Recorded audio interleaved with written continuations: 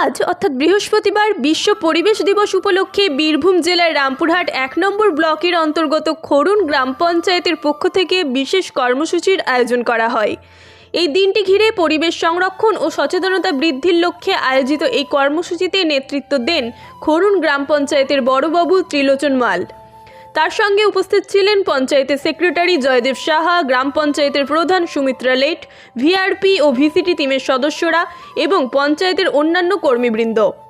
এই বিশেষ দিনে একটি সচেতনতামূলক র্যালির আয়োজন করা হয়, যা খরুন থেকে চাকপাড়া ও তারাপীঠ স্টেশন সংলগ্ন এলাকা পরিক্রমা করে। র্যালির পাশাপাশি ওই এলাকাগুলিতে পরিষ্কার পরিচ্ছন্নতার কাজ চালানো হয়। পরিবেশ রক্ষার বার্তা দিতে অংশগ্রহণকারীরা গাছও রোপণ করেন।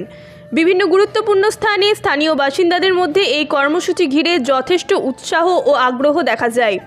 খরুন গ্রাম পঞ্চায়েতের এই উদ্যোগ নিঃসন্দেহে পরিবেশ রক্ষায় একটি ইতিবাচক বার্তা পৌঁছে দিল বলে মত এলাকাবাসীদের। Bureau report, Tarapith TV.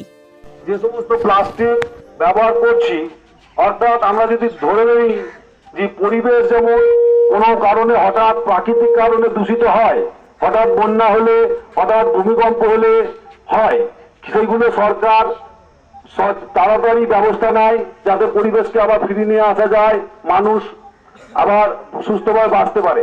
কিন্তু আমরা প্রতিনিয়ত যে সামাজিক কারণে পরিবেশ দূষণ করে চলেছি, অর্থাৎ প্রাকৃতিক ব্যাপারটা বাদ দিয়ে সামাজিক কারণে বলতে মানুষের দ্বারাই তৈরি, সেইখান থেকে যদি রক্ষা পেতে চাই আমাদেরকে কিছু সচেতন হতে হবে।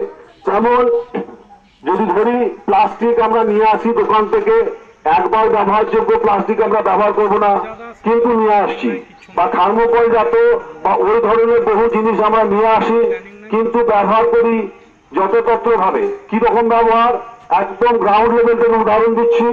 যেমন আমরা নিজেরাও বাজার থেকে অনেক কিছু নিয়ে আসি, এই ধরনের